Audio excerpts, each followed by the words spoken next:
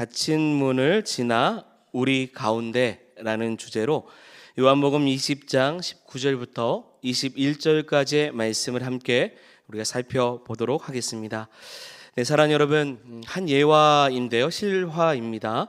1991년 걸프전 당시에 클라이톤이라는 이름을 가진 그 아들을 이 전쟁터에 보낸 어머니 루스 디루 부인께서 어느 날 미 국방부의 전보가 도착함을 하나 받습니다. 내용은 아들이 걸프전 전쟁 중에 쥐레를 밟아 전사했다라는 소식을 들은 겁니다. 그 순간 어머니는 아들이 죽었다라는 소식에 마음이 무너지기 시작합니다. 그녀는 그 슬픔과 충격으로 3일 동안 애통하며 울부짖고 그리고 고통의 시간들을 보냈습니다. 자식을 잃은 그 마음을 위로하려고 많은 사람들이 찾아왔지만 실제적으로는 아무 도움도 되지 못했습니다. 그렇게 절망 속에 사흘이 흘렀습니다. 그런데 3일째 되던 날 전화벨이 울린 것입니다. 수화기 너머에 들려오는 목소리는 자신이 너무 잘 아는 아들의 목소리였습니다. 어머니, 저예요. 저 살아 있어요. 라는 목소리였습니다. 먼저 도착했던 전보는 지뢰를 밟아 전사했다라는 이야기인데 그것은 착오였던 것입니다. 잘못된 전보가 전해준 줄 알고 아들이 급하게 전쟁터 가운데서 3일 만에 직접 전화를 하게 된 것입니다. 저는 살아 있습니다. 그녀는 훗날에 이 사건을 인터뷰할 때 나는 3일 동안 울었습니다. 그리고 아들이 살아왔다라는 소식을 듣고 다시 웃었습니다. 그리고 그 후에 다시 나는 감사해서 울었습니다. 이렇게 인터뷰를 했습니다. 여러분, 죽은 줄 알았던 아들이 다시 살아 돌아왔을 때 그 어머니의 마음이 어떠했겠습니까? 무너졌던 가슴이 다시 뛰기 시작했을 것이고 꺼졌던 세상이 다시 켜지는 것과 같지 않았겠습니까? 그렇다면 사랑하는 여러분, 십자가에 죽으셨던 예수님이 다시 살아나셨을 때 여러분들은 어떻습니까? 당시 제자들의 마음은, 오늘 본문에 나오는 제자들은 어떠하겠습니까? 십자가에서 예수님의 그 마지막을 보았던 사람들입니다. 예수님의 죽음을 본 그 순간 그들은 절망했습니다. 더 이상 희망을 갖지 못하죠. 그런데 예수님께서 여러분 3일 만에 부활하셨다라는 소식이 전해진 것입니다. 다시 살아나셨다라는 소식을 들은 거죠. 그러면 어떠했겠습니까? 제자들이었다면 당장 거리로 뛰쳐나가 울고 웃고 기뻐해야 될 것입니다. 예수 사셨다라고 선포해야 될 것입니다. 자, 그런데 성경은 오늘 우리에게 우리가 예상하는 장면과 전혀 다른 풍경을 보여주고 있습니다. 자, 여러분, 사랑하는 여러분, 오늘은 부활절입니다. 예수님께서 죽음을 깨뜨리시고 다시 살아나신 날입니다. 할렐루야. 그래서 오늘 교회는 밝습니다. 찬양도 밝고요. 그리고 오늘도 꽃도, 새로운 꽃도 놓이게 되었습니다. 성도들의 표정도 평소와는 다른 환한 모습을 가지고 있습니다. 그리고 우리는 서로 이렇게 인사를 할 것입니다. 예수님 부활하셨습니다. 예수님 다시 사셨습니다. 우리 사랑하는 성도들과 함께 인사하겠습니다. 예수님 부활하셨습니다. 예수님 다시 사셨습니다. 아멘. 맞습니다. 이보다 더 복된 소식이 어디 있겠습니까? 이보다 더 큰 기쁨이 어디 있겠습니까? 자, 그런데 오늘 본문은 우리가 생각하는 이 부활절 분위기와는 조금 다른 장면을 우리에게 보여주고 있습니다. 시간적으로 보니 부활절 아침은 아닙니다. 왜냐하면 이미 아침의 사건을 우리가 새벽 시간에 보았기 때문입니다. 오늘 본문은 부활절 저녁입니다. 이 장면이 참 놀랍습니다. 예수님은 이미 살아나셨습니다. 무덤이 비었습니다. 막달라 마리아가 보았고 베드로가 보았고 사랑하는 제자들도 무덤이 빈 것을 보았습니다. 그리고 막달라 마리아는 주님을 만났습니다. 그런데도 제자들은 여전히 저녁 시간에 두려워하고 있습니다. 기뻐 뛰지 못하고 있어요. 문을 열지 못하고 있습니다. 왜 그럴까요? 오늘 말씀은 그 질문 앞에 저와 여러분들을 초대하고 있습니다. 그리고 사실 그 제자들의 모습이 오늘 우리와 많이 닮았다라고도 생각이 됩니다. 사랑하는 여러분, 예수님은 살아 계십니다. 믿으시죠? 그런데 우리는 여전히 불안해합니다. 부활을 믿는다고 말하면서 마음 한편에는 계속 닫혀있는 우리의 마음을 보게 됩니다. 주님은 무덤에서 나오셨는데 우리는 아직도 염려, 두려움이라는 그 방 안에 갇혀있는 모습을 가질 때가 있습니다. 오늘 하나님께서 이 말씀을 통해서 우리에게 주시는 은혜가 있기를 소망합니다. 닫힌 문을 지나 우리 가운데 서시는 부활의 주님을 만나는 귀한 축복을 이 예배 현장 가운데 우리 모두가 누리시기를 주의 이름으로 축원드립니다. 이제 말씀 속으로 한번 들어가 보죠. 오늘 본문 19절은 이렇게 시작을 합니다. 우리 상반절만 같이 한번 읽어보겠습니다. 이날 곧 안식 후 첫날 저녁 때. 아멘. 새벽 시간에도 언급을 했습니다. 이 안식 후 첫날이라는 표현이 나오죠. 여러분, 이 표현을 직역하면 주간의 첫날이 되고, 그리고 그 요일을 따진다고 한다면 그것은 세상에서 말하는 일요일입니다. 그리고 우리에게는 주일이죠. 이 표현은 요한복음에서는 신학적인 언어입니다. 안식 후 첫날. 왜냐하면 새 창조가 시작되는 날의 의미를 가지고 있기 때문입니다. 여러분, 이 창세기에서 하나님께서 첫날부터 세상을 창조하셨습니다. 자, 그런데 요한복음을 기록했던 요한은 예수님의 그 부활하심을 통해서 하나님께서 이제 새 창조를 시작하셨음을 어떤 시점에서 보냐면 부활의 시점에서부터 보고 있다라는 것입니다. 그러니까 부활은 단순히 한 사람이 다시 살아난 사건이 아니라, 여러분, 죄와 죽음으로 무너진 세상 위에 하나님께서 새로운 시대를 여는 사건이 부활의 사건이라는 것입니다. 여러분, 이 부활의 사건을 믿으시기 바랍니다. 이 새로운 날이 우리에게 열려 있어요. 그런데 놀랍게도 이 새로운 새 창조의 전날 저녁에 제자들은 전혀 새 시대 사람처럼 살고 있지 않고 있다라는 것입니다. 주님은 살아나셨는데 그들은 아직 죽음의 그림자 아래 있습니다. 하늘은 승리를 선언하고 있는데 그들은 여전히 패배한 사람처럼 숨어 있습니다. 본문은 그 이야기를 하고 있습니다. 이어서 본문 띄워주시고 같이 읽어보겠습니다. 제자들이 유대인들을 두려워하여 모인 곳에 문을 닫았더니. 아멘. 제자들이 유대인들을 두려워하여 모인 곳에 문들을 닫았더니. 문이 닫혀 있습니다. 아니요, 그냥 닫혀 있는 정도가 아니라 잠겨 있습니다. 문들이죠. 다 닫아 있는 것입니다.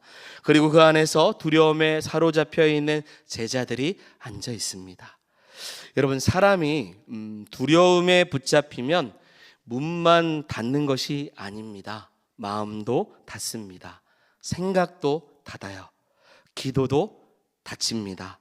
두려움이 깊어지면 세상을 믿음으로 읽어내지 못합니다. 모든 것을 공포로 읽기 시작합니다.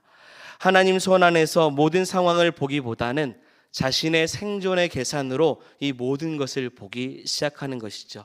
그래서 여러분, 두려움이라는 이 단어가 단순히 어떤 감정을 의미하는 것이 아닙니다. 두려움은요, 모든 삶을 두려움으로 해석하게 만드는 한편의 어떤 질병과 같은 것입니다. 두려움은 이렇게 말할 수도 있습니다. 마음의 기우라고도 말할 수 있어요. 두려움이 마음의 기우처럼 우리 인생에 계속 오래 지속되면 우리 영혼이 얼어붙게 됩니다. 우울해지기 시작하고 불안하기 시작하고 극도로 스트레스를 받기 시작한 겁니다. 제자들이 지금 그렇습니다. 예수님을 따라 다녔던 사람들이었지만 부활의 그날 저녁에 여전히 문을 닫고 있습니다. 그런데 여러분, 이 모습이 낯설지 않습니다. 오늘 우리도 그렇지 않은가를 생각해 보기 원합니다. 겉으로는 멀쩡하게 살아 있습니다. 이렇게 우리 함께 예배를 드려요. 찬양도 합니다. 아멘도 하죠. 그런데 속은 닫혀 있을 경우가 있다라는 겁니다. 주님 앞에 마음을 다 열지 못하고 사람들 앞에서 자신을 감추고 상처를 숨기고 실패를 숨기고 두려움을 숨기고 죄책감을 숨기며 살아가고 있다라는 것이죠. 왜 그렇습니까? 들키기 싫기 때문이죠. 무너지기 싫기 때문입니다. 상처가 다시 언급되는 것을 원하지 않기 때문에 우리의 마음의 한 방에 그것들을 다 가둬놓습니다. 그래서 사람은 밖이 무서워만 문을 잠그는 것이 아니라 우리 안이 들킬까 봐 잠그기도 하는 것입니다. 제자들이 그렇습니다. 그 방 안에 바깥의 위험만 있는 것이 아닙니다. 사실 생각해보면 그 안에 그들은 수치가 있습니다. 여러분, 베드로는요, 예수님을 3번 부인했습니다. 다른 제자들도 다 도망갔고 흩어졌습니다. 그들은 단지 예수님을 잃은 슬픔만 가진 사람들이 아닙니다. 자신들의 실패를 똑똑히 본 사람들이죠. 그들이 함께 그 안에 같이 모여 있는 것입니다. 그래서 오늘 본문은 단순히 이 닫힌 문이 나무 문을 의미하는 것이 아니라 죄인된 인간이 하나님 앞에, 사람들 앞에, 심지어 자기 자신 앞에 만들어 놓은 은폐의 문을 가지고 살아가고 있음을 보여주고 있는 말씀입니다. 여러분, 생각해 보십시오. 성경에서 죄를 지은 인간이 가장 먼저 하는 일이 무엇인 줄 아십니까? 그것은 숨는 일입니다. 아담은 범죄한 뒤에 하나님 앞에 숨었습니다. 그리고 이렇게 말하죠. 내가 두려워하여 숨었나이다 라고 말합니다. 여러분, 두려움과 이 숨음은 죄인의 오래된 본성과 같습니다. 요한복음 20장의 잠긴 문은 어찌 보면 에덴에서부터 시작한 인간의 이 숨음, 도피가 아직도 끝나지 않았음을 보여주고 있는 말씀입니다. 그러므로 오늘 이 장면은 옛날의 제자들만의 이야기가 아니라 사실 오늘날 예수 그리스도를 믿고 살아가는 우리들의 이야기가 될 수 있습니다. 여러분 안에 닫혀있는 문은 없습니까? 사람에게 말하지 못하고 그리고 하나님 앞에서도 쉽게 꺼내놓지 못하는 그런 방이 혹시 없습니까? 늘 이런 제시를 하지만 가정의 문제나 여러분 질병의 문제나 자녀의 문제나 관계의 문제나 취업의 문제나 그리고 경제의 문제나 미래에 대한 어떤 막막함 아니면 나는 왜 이거밖에 안 되는가 하는 깊은 자책감을 가지고 있는 그런 문들과 그 공간이 여러분들의 인생 가운데는 없습니까? 문은 사람마다 다르게 닫히지만 닫힌 방의 공기는 비슷합니다. 답답합니다. 그리고 차갑습니다. 조용하죠. 그리고 하나님이 멀게 느껴집니다. 그런 제자들이 지금 방 안에 문을 닫고 있습니다. 그런데 여러분, 복음의 역사는 바로 그렇게 닫혀 있는 상처가 많은 그 자리 한 장 가운데 이루어지고 있습니다. 복음은 닫힌 문 앞에 멈추지 않고 그 안으로 들어오기 시작하죠. 오늘 본문에서 가장 놀라운 장면은 제자들이 아닙니다. 그리고 문도 아닙니다. 바로 여러분 말씀에 이 한마디가 나오는데 이 말은 뭐냐면 예수께서 오사라는 거예요. 예수께서 오사. 이 말씀이 오늘 본문의 핵심입니다. 킥입니다. 제자들이 예수님을 찾아간 것이 아닙니다. 그들이 먼저 믿음을 회복한 것도 아니에요. 두려움이 다 정리된 다음에 주님이 나타나신 것도 아닙니다.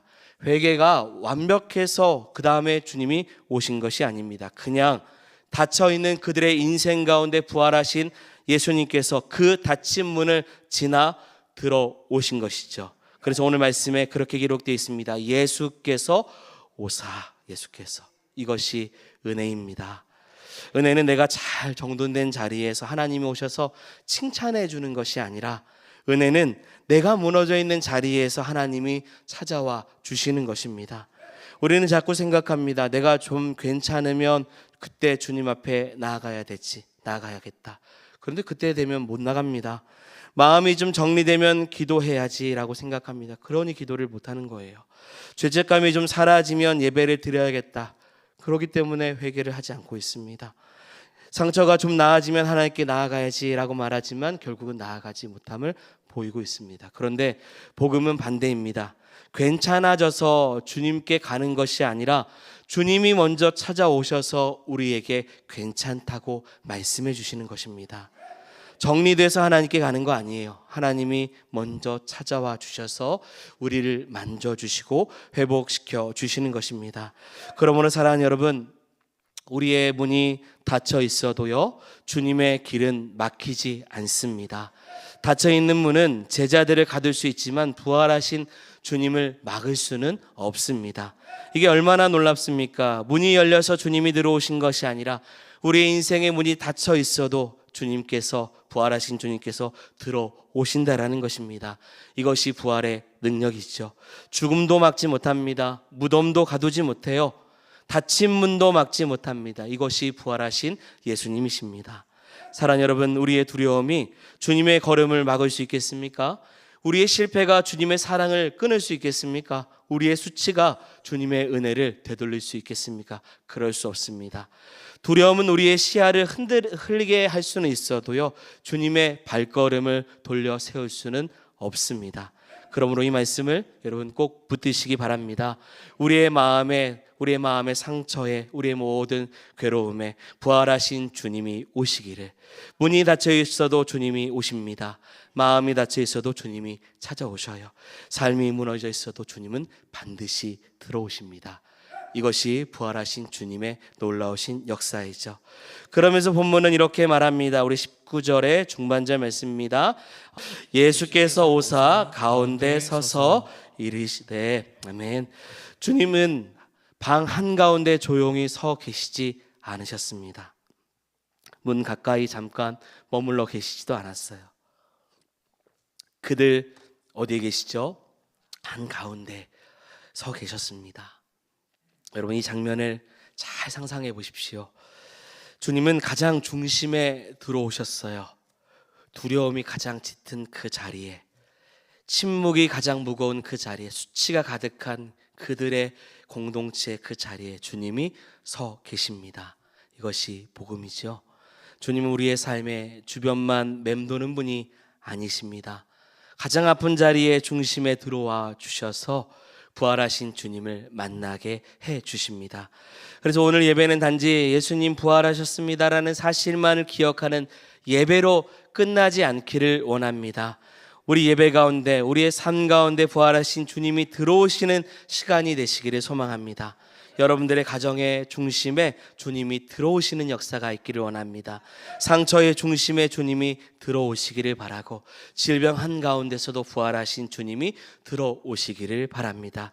그때 비로소 여러분, 부활이 교리가 아니라 우리의 삶의 신앙이 되고 현실이 되는 것입니다. 사랑하는 여러분, 그들 가운데 주님이 오셔서, 그리고 그 가운데 서서 무엇이라고 말씀하셨습니까? 우리가 잘 아는 말씀이죠. 너희에게 평강이 있을지어다. 아멘. 이 말씀이 얼마나 놀라운지 모릅니다. 여러분, 예수님은 얼마든지 다른 말씀을 하실 수도 있습니다. 왜 아직도 그렇게 두려워하느냐? 왜 여전히 못 믿느냐? 내가 살아날 것을 그렇게 말했는데 왜 너는 아직도 숨어 있느냐? 왜 너는 나를 버리고 도망갔느냐? 이렇게 말씀하셔도 이상하지 않을 것입니다. 그런데 부활하신 주님의 첫 음성은 책망이 아니라 평강을 말씀해 주셨어요. 한 주간 우리가 고난 주간을 맞이하고 이 부활하신 예수님을 맞이했던 우리의 인생을 돌아볼 때 우리가 주님 앞에 늘 칭찬을 받을 수 있겠습니까? 우리의 연약함이 있고 우리의 부족함이 있고 예수님의 십자가의 사랑을 기억하지 못했던 우리의 모습이 있을 수 있습니다. 그럼에도 부활하신 주님이 찾아오셔서 우리에게 말씀하십니다. 너희에게 평강이 있을지어다. 아멘. 왜 그렇습니까? 그들에게 가장 먼저 필요했던 것은 평강이기 때문입니다. 더 깊이 말하면 예수님께서 십자가와 부활을 통해서 이제 그 평강을 실제로 주신다고 말씀해 주시는 것입니다. 여기서 말하는 평강은 우리가 쉽게 인사하는 샬롬, 히브리어로는 그렇게 이야기하는 인사말 정도가 아닙니다. 이 말에는 샬롬의 그 깊이가 담겨져 있습니다. 히브리어로 이 샬롬이라는 것은 마음이 편한 어떤 상태만을 의미하는 단어가 아닙니다. 샬롬은 하나님과의 관계가 바로 서는 것입니다. 무너진 존재가 제자리를 찾는 것이고, 깨어진 것이 회복되고, 죄인이었던 이들이 하나님과 화목되게 되는 상태를 샬롬이라고 말할 수 있습니다. 그러니까요, 예수님께서 평강이라고 말씀하시는 것은 좀 진정 좀 해, 그래 너희들 마음에 좀 안정 좀 해, 이 정도가 아니라 이제 너희는 하나님과 화목하게 되었다라는 겁니다. 너희를 짓눌렀던 그 모든 죄악들은 끊어졌고 사망 권세는 깨졌고 두려움보다 더 큰 은혜가 너희에게 임할 것이다. 너희는 하나님과 화목하는 평강이 너희에게 있을지어다. 여러분, 왜 부활의 첫 선물 이 평강을 그들에게 주셨습니까? 이것은 인간의 가장 깊은 문제가 환경이 아니라 하나님과의 단절이기 때문입니다. 우리의 근본의 문제는 형편이 어려운 데 있는 것이 아닙니다. 죄 때문에 하나님과 멀어졌고 그 결과 정죄와 사망의 공포가 우리를 붙잡고 있기 때문입니다. 그래서 참된 평강은 형편이 조금 나아지는 것에서 오는 것이 아니라 사랑하는 여러분, 하나님과 화목되게 하는 것입니다. 그때 오는 것이죠. 그런데 이 화목은 인간의 노력으로 이루어지는 것이 아닙니다. 그래서 사랑하는 여러분, 십자가와 이 부활이 필요한 것입니다.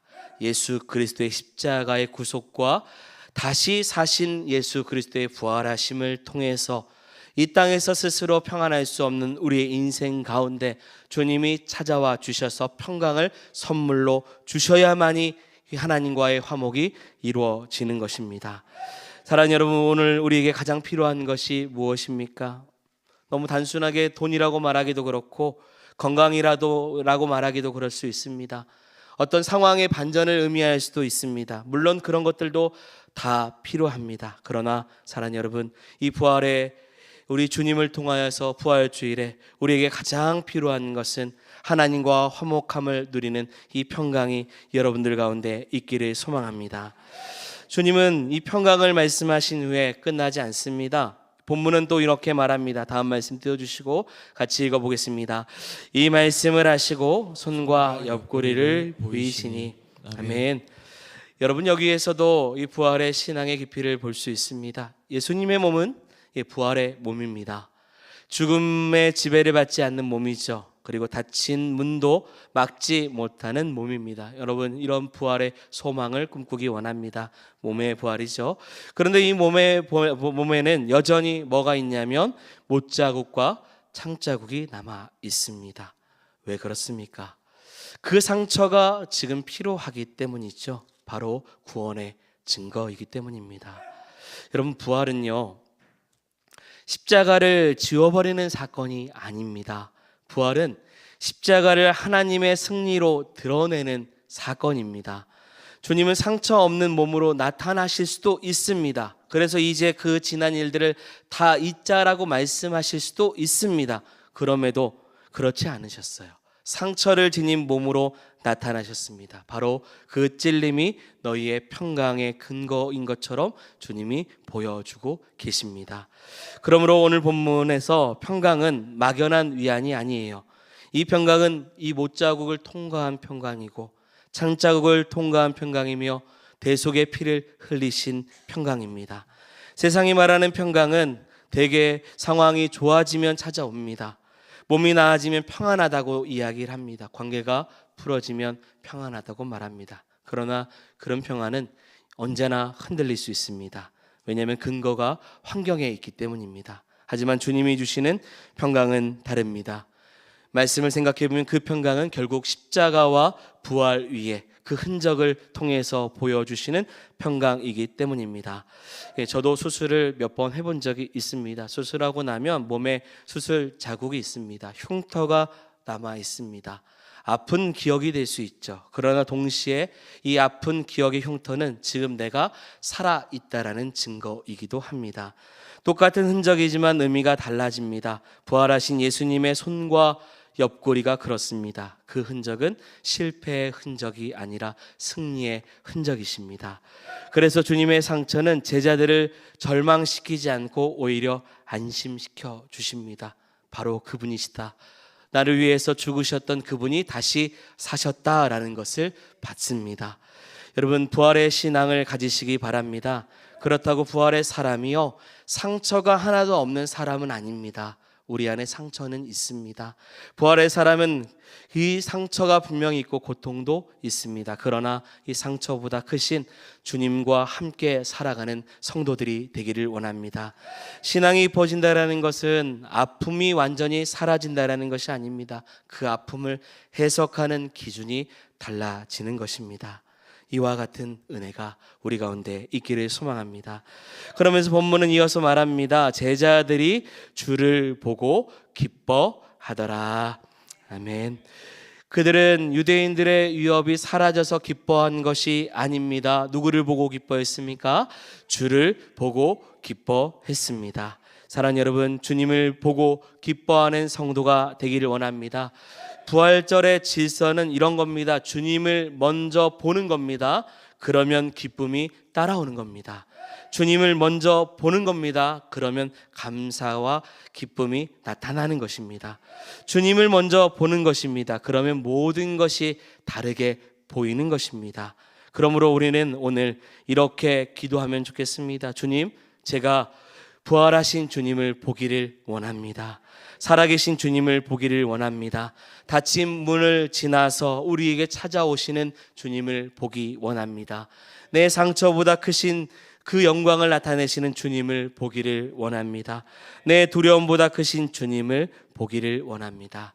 여러분, 주님을 보면 기쁨이 따라옵니다. 주님을 보면 이 평강이 추상적인 것이 아니라 우리의 현실이 될 것입니다. 그리고 나서 21절의 마지막 절이죠. 예수님은 이렇게 말씀하십니다. 사명을 주시는 말씀이에요. 같이 읽겠습니다. 예수께서 또 이르시되 너희에게 평강이 있을지어다. 아버지께서 나를 보내신 것 같이 나도 너희를 보내노라. 아멘. 아멘. 여러분, 오늘 9절부터 21절까지의 말씀에 평강이 너희에게 있을 거라고 말씀하신 것이 두 부분이 나와 있습니다.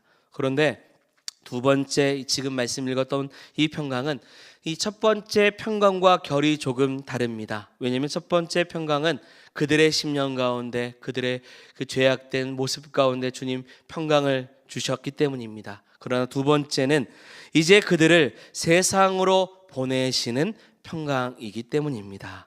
주님은 위로하신 후에 그 자리에 그들이 머물러 있지 않기를 원하셨습니다. 평강을 주시고 그리고 그 평강 안에서 그들을 보내시기 시작합니다. 여기서 부활의 방향이 분명해집니다. 여러분, 부활은 우리를 방 안에 평안히 두는 그런 사건이 아닙니다. 부활의 놀라우신 사건은 우리를 다시금 세상 속으로 파송하는 귀한 은혜 사건인 것입니다. 그렇기 때문에 우리 안에 평강을 주시는 부활하신 주님을 만나셨다면 오늘 여러분 그 부활하신 주님을 증거하시기를 원합니다. 아버지께서 예수님을 보내신 것과 같이 또한 예수님께서 제자들을 보내신 것처럼 우리가 그 복음을 들고 부활하신 주님을 반드시 증거하고 나아가야 될 줄 믿습니다. 분명히 현실은 여전히 안전하지 않습니다. 그들은 두려워서 문을 닫고 있었지만 그들을 향한 적대적인 시선도 아직 바뀌지 않았습니다. 위험 가운데 그대로 노출되어 있습니다. 그럼에도 그들이 달라질 수 있습니다. 왜냐하면 부활하신 주님이 그들과 함께 하시기 때문입니다. 우리의 삶 가운데 부활하신 주님이 주시는 이 은혜를 기억하면서 주님을 끝까지 바라볼 수 있는 귀한 은혜가 있기를 소망합니다. 말씀을 좀 정리하겠습니다. 사랑하는 여러분, 부활하신 주님을 만나시기 바랍니다. 그 주님을 바라보시길 바라요. 우리의 인생 가운데 찾아와 주시는 그 주님을 바라봄에도 우리 안에 여전히 불안하고 염려하고 또 죄 가운데 머물러 있는 인생이 되지 아니하도록 닫혀있는 우리의 인생 가운데, 죄된 우리 인생 가운데 부활하신 주님이 들어와 주셔서 평강을 말씀해 주시고 우리를 다시금 세상 가운데 살아갈 수 있도록 주님을 만나고 바라볼 수 있는 저와 여러분들이 되기를 원합니다. 이런 귀한 축복을 기억하며 사랑하는 여러분, 부활하신 주님과 영원히 기뻐하며 감사하며 부활의 신앙을 가지고 살아가는 저와 여러분들이 되기를 주의 이름으로 축원드립니다. 아멘. 우리 함께 찬양하겠습니다. 주님을 바라봅니다.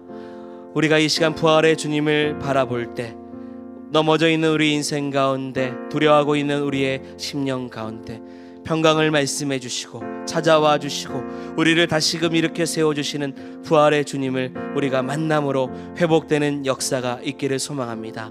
우리 이 마음을 가지고 이 시간 함께 찬양하기를 원합니다. 주님을 주님을 바라봅니다.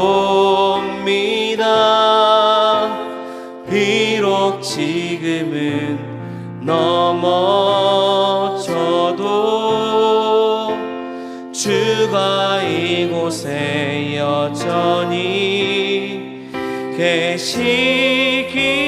계시기에 주를 바라봅니다.